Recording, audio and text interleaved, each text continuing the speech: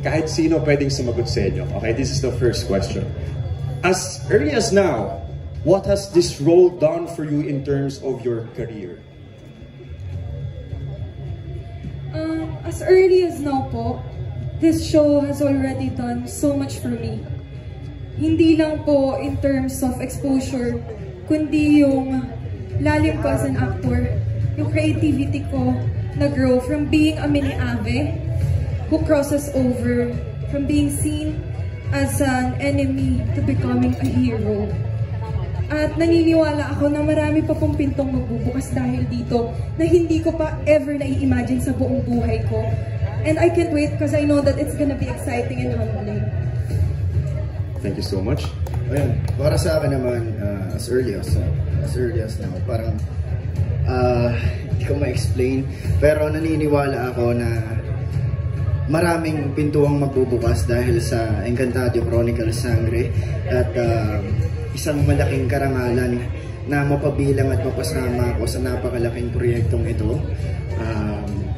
Lubos nagpapasalamat sa GMA dahil sa pagluklok nila sa akin dito at sa aking mga co-sangres na kung hindi dahil din sa kanila hindi ko magagampanan ng maayos yung aking gampanin. And naniniwala ako na mas pagbubutihan ko, magsasaliksik, magiging handa para sa mga susunod pang pagkakataon. Maraming salamat.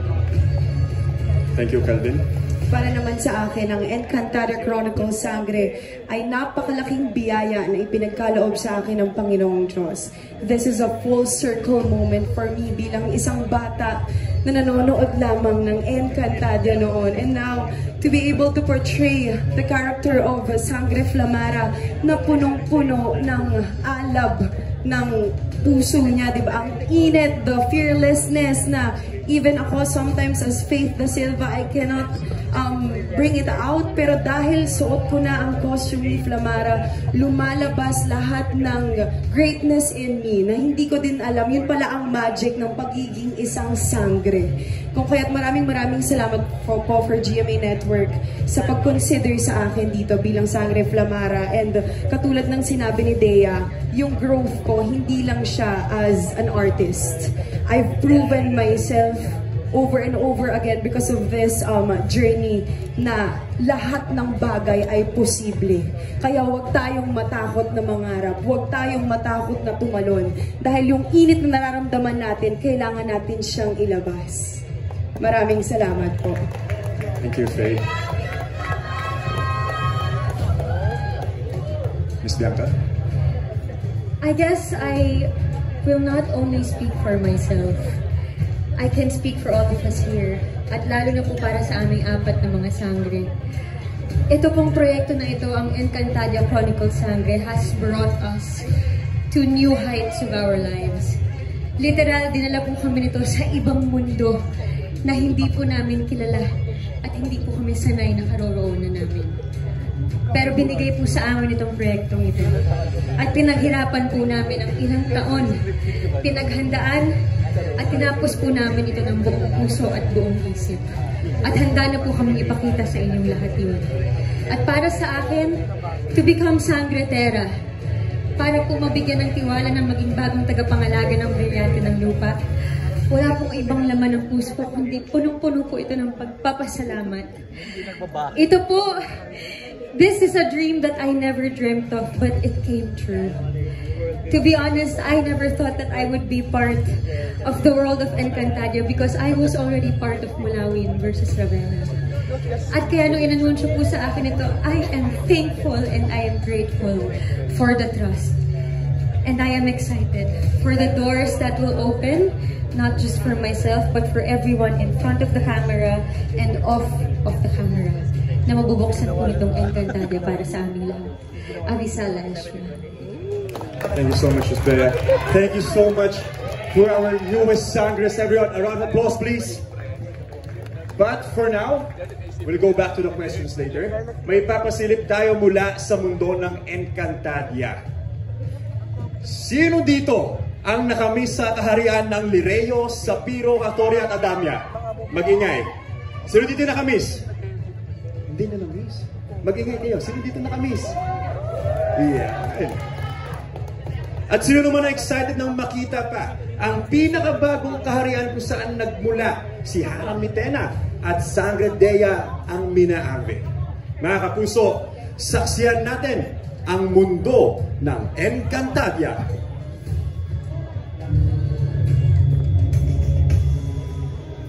Miss Rian, this is your question. What's your favorite part about playing a villain this time? How fun was it? And for you, justifiable naman ba yung actions ni Mitena? I had the best time being a villain. I really do believe that the bad guys have more fun. But also, it was such a challenge because I believe that all people are intrinsically good and that no one is born to do bad things. It comes from a place of pain, of trauma, and for me to understand my character was my biggest challenge. Justifiable ba yung ginawa ni Mitena? I don't think that our situations will ever justify our actions. It's always still a choice of what you choose to do and how you react to what happens to you. You can't say that I did this because this happened to me. So yeah, it's still a personal choice. Thank you, Ms. Rian. Thank you. Up next, these questions are for the 2016 Sangres. First question. May different feeling o experience ba ang pagiging Sangre for the first time noon versus now na nagbabalik kayo? Abisala from the 2016 Sangres. Magandang gabi, Abisala. May crossover. Okay, to answer your question, from 2016 and now 2025, fast forward 9 years later, I can say that there were changes and meron din namang nanatili, diba? First, as you can see, our costumes are different. Age-wise, I was 17 when we shot Encantadia last 2016. Now I'm 26. I'm turning 27 this year. And nag-iba na rin yung buhay naming lahat. Pero ang nanatili is the bond, the sisterhood, and the relationship that we all four have. And that is very priceless and that is irreplaceable. No one can ever replace that kind of bond. Sabi ko nga, we have such a low-maintenance friendship, kaming apat, with Kylie. Kahit na matagal kaming ginagkikita, kung magkita kami, parang walang nagbago. And that's something that you cannot just get in this industry. And that's what Encantadia brought to us. Abisala Esh. Thank you, Ms. Gato. Sorry. Next question. Ito, mahirap to. Advice to the new Sangres in terms of what you wish you had done when you played the role. Siguro masasabi ko, alam naman po ng nakararami na dito po ako nagsimula. Dito po nila ako nakilala bilang si Danaya at bilang si Sanya Lopez. Ito po ang Encantadia. Sa ngayon po, ang masasabi ko, wala po akong pinagsisihan nung ginawa ko yung Encantadia. Wala rin akong na-miss na gawin ng Encantadia ko. Dahil itinodo ko po doon. Gutom ako. Gutom ako maging successful. Gutom ako mag-inspire ng ibang tao. At literal na gutom.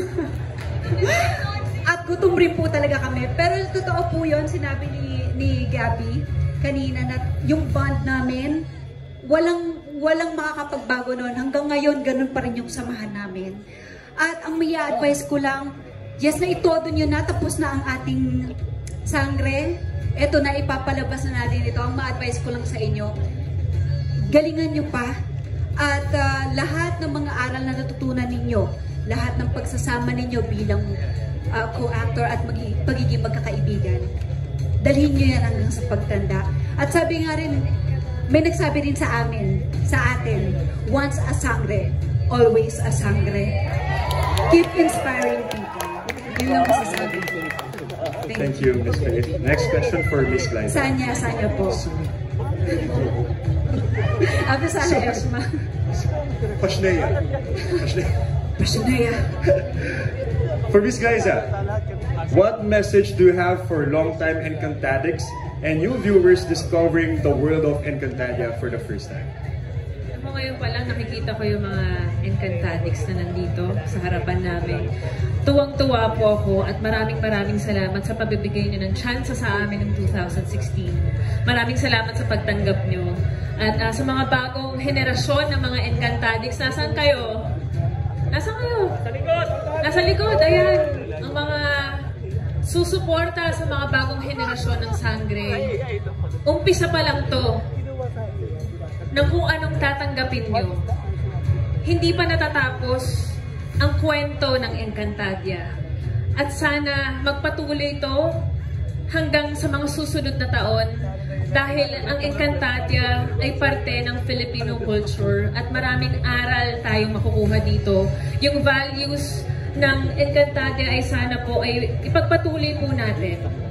So maraming salamat at sana suportahan nyo itong Encantadia Chronicles Sangre gaya ng pagsuporta nyo sa mga nakaraang Encantadia.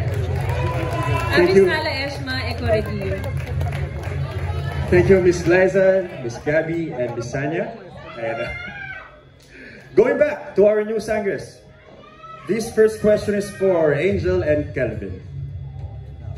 As a Sangre, what values do you want to communicate to audiences?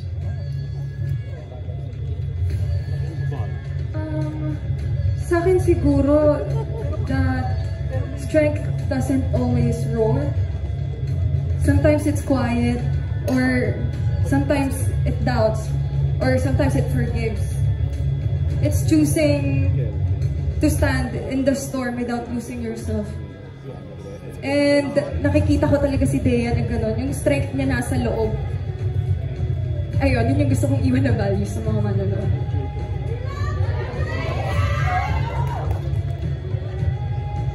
Ayun, gusto ko namang maiwang values sa manonood, sa mga bagong henerasyon, ay yung mga bagay na makakasalamuha natin na hindi pwedeng parati lang maganda.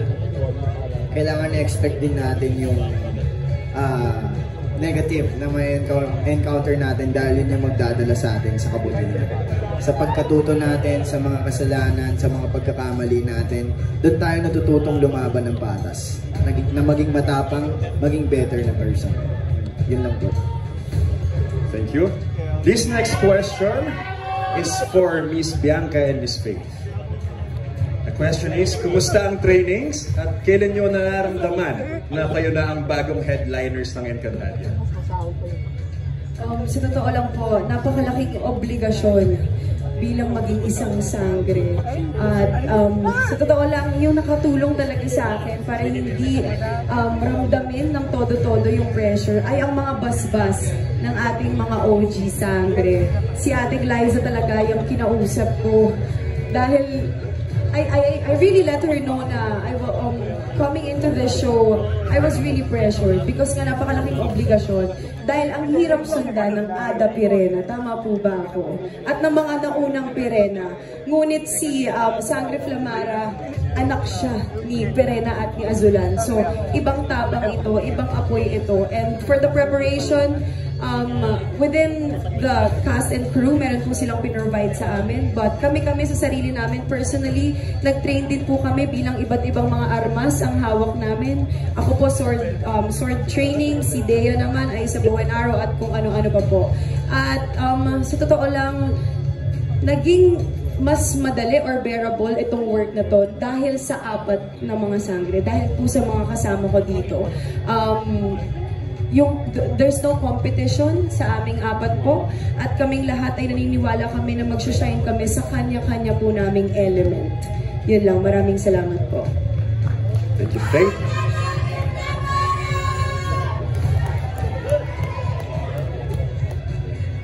Ang trainings po na ginawa namin para sa project na ito ay hindi rin biro.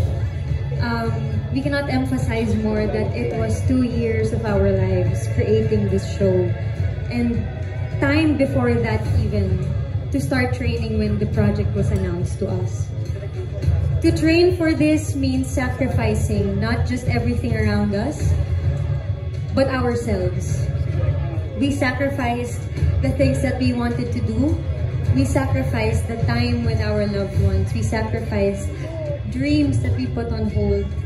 Dahil gusto naming ibigay lahat ng atensyon, ng oras at pagod namin sa proyekto na ito. Because ayaw po naming mapahiya sa Encantadix na nag-aabang sa isang napakalaking mundo ng Encantadia.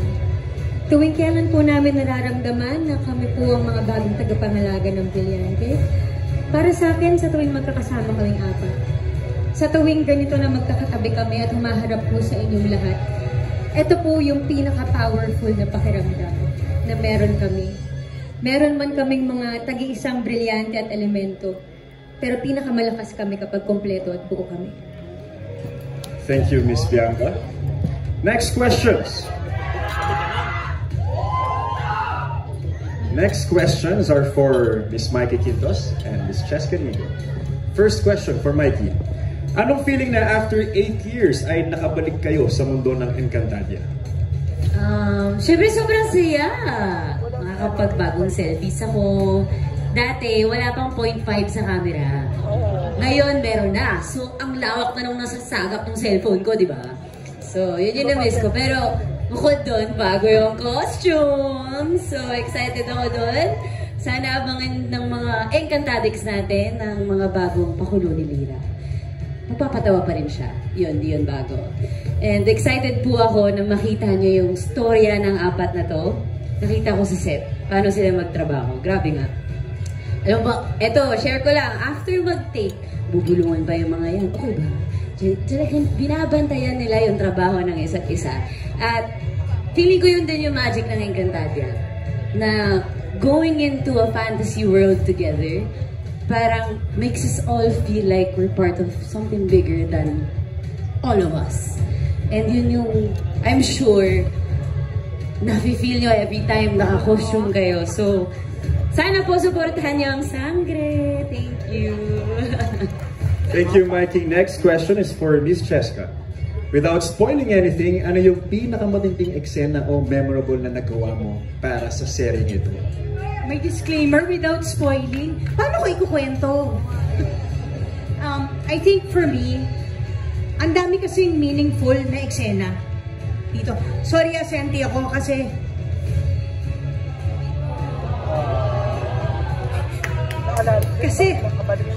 for the old Encantadix, pangatlong Enka ko na po to. So it's really a big thing for me. But I think my most memorable scenes would be the Great War. Kasi iba talaga, guys. Abangan nyo yun. Sobrang ganda. And my confrontations with Mitena, the Rian Ramos, na napakagaling na artista. Thank you so much for all that support. Yun lang po. Thank you. Thank you, Ms. Cheska. Next questions are for the creatives. First question is for Direk Rico.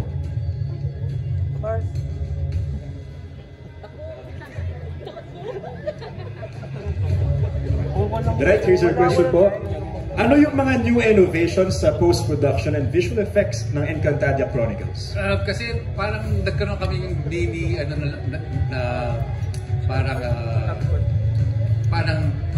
what they call it, mini documentary na pwede nilang balikan nila na doon. Pero gusto lang magpasalamat sa lahat ng mga tao dito kasi involved. Kasi yung dedication nila sobra. Umaga ang call time nila. Yung kanilang mga rehearsal kahit na the day before nandun sila. Gusto lang pasalamat each and every one of you. Tsaka sa post, GMA Post, wala pang tulog yan hanggang kagabi. Maraming salamat. Maraming salamat sa team, sa costume lahat. Yun lang. Gusto lang pasalamat sa lahat. Sobrang galing ng team na to. Thank you. Thank you, Direk Rico. Next question is for Direk Enzo.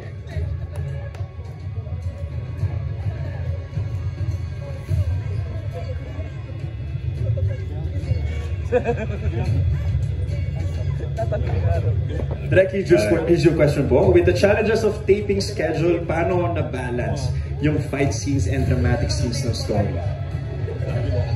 Well, actually, yung challenges namin mostly for me, yung malalayong locations that we have to shoot. Pero regarding balancing the drama and the action scenes, I'm lucky enough na binigyan kami ng GMA ng time to execute the battle scenes. Yun pinakamahirap namin ginagawa. So, binigyan kami ng time to do it. So, we were able to execute it na happy kami, I believe. And yung kailangan, like Francesca said, abangan yung Great War. So it'll be entertaining. But thank you. Thank you, Direct Enzo. Up next question is for Miss Suzette and Miss Onay Salas. Likes, okay na may mic ko. Pass is not chat. Yeah, here's the question po. This isn't a retelling anymore. Gaano kalaki ang in-expand ng mundo ng Encantadia? Sobra. Kasi nagdagdag tayo ng book. So, ang takbo natin, nasa book 4 na tayo. And then, pinalawak natin yung mundo. Kasi kung ma-notice nyo dun sa map, sobrang laki niya. Hindi pa natin sinasabi yung iba pang mundo. Pero ito, nagkaroon tayo ng isang kontinente, yung Minyake nga. At from there, pero katugtong siya ng Encantadia kasi si Mitera ay isang taga-Encantadia talaga yung origin niya. Ang ibig sabihin ng pangalan niyang Mitera ay sumpa. Yun ang meaning niya. So ang laki-laki ng kwentong to, may binalikan tayo sa past para maidugtong natin sa kwento ng kasalukuyan. Kasi syempre yun yung mga na-establish natin eh. Halika, Onay, ikaw naman. Thank you, Miss Suzette. Miss Onay. Bukod po dun sa, syempre malaki nga yung world na dadagdag sa external, pati yung internal, kasi nga meron tayong bagong 4 na sangre. So, kada character, bagong kwento, bagong journey. Thank you, Miss Onay. Thank you, Miss Suzette. Thank you for our creatives. Next questions are for Luis and John. This is your question, Luis. Any reaction nung nalaman mong magiging part ka ng legendary series na ito? My first reaction, syempre nagulat ako, and growing up, I saw Encantadia and I love playing video games. And when I stepped into my costume the first time, stepped on set, I felt like I was in a video game and I was all in right there from that moment. I made sure I will commit to the very best of my capabilities. So physical form, acting, fight scenes. I prepared everything to the dot because I know Encantadix deserve more from me because this is a global brand for the Filipino culture, and for that I'm very proud. Thank you. Thank you, Luis. John? Same question. Any reaction nung nalaman mong magiging part ka ng legendary series na ito?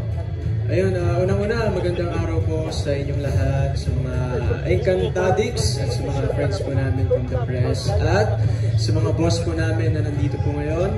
First reaction, syempre, gaya ng mga sinabi ng mga kasama ko dito, sino ba naman ang hindi matutuwa at magiging thankful and grateful na papasama sa napakagandang programa na ito. Kaya ako po ay totoong natutuwa dahil binigyan po ako muli ng GMA Network ng isang napakagandang pagkakataon para makasama po dito sa programa ito. And gusto ko pong batiin lahat ng Sangres. Congratulations sa inyong lahat. Nakakatuwa kung proud sila. Sino ba ako para hindi maging proud dito sa programa ito. Congratulations sa mga, syempre, sa mga crew, sa mga staff na nagpagod, sa mga directors namin. Maraming salamat sa inyo, sa creatives. Thank you very much. Pasensya na kayo, nakiki-emotional ako. Biro lang po. Ayun, salamat po ng maraming sa lahat. May enjoy nyo po itong programa ito. Thank you, John. Next questions are for Gab and Kiel Gueco and Vince Maristella. Gab and Kiel, saan kayo pinaka nag-e-enjoy at pinaka nahihirapan sa pagganap sa isang fantaserye? Thank you po. Una sa lahat, maraming salamat po sa lahat ng nandito ngayon. Salamat sa pagbigay ng oras sa amin. Pinaka nag-enjoy. Actually, every time we go to taping, we really enjoy. Kasi lagi namin pinapasaya yung mga bagay-bagay kahit na pagod na kami, ubos na yung energy namin. From the prod, directors, to our co-artists.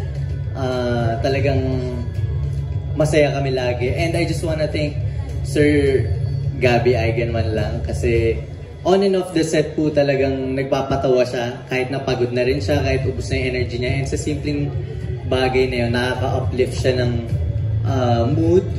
Parang eventually lahat na rin kami na nagiging masaya, natatawa. So moments like that talagang ina-enjoy namin. Yung nakaka-challenge naman or yung mahirap, siguro yung first taping days namin, yung wika ng Encantadia, yung Enchan words, dun talaga kami pinaka-nahirapan ni Gab. Kasi hindi siya bago siya sa amin. And dito sa mundo ng Encantadia, bawal mong gamitin yung Gen Z words eh. So parang, dun po kami sanay. So one time, may scene kami, nag-cut si Direk kasi napasabi ako ng, ay sorry. So we had to retake the scene from the top. Sabi kasi ni Direk mas magandang pulido. So yun yung pinaka naging challenge for us. But then eventually, we got the hang of it. So naging okay na.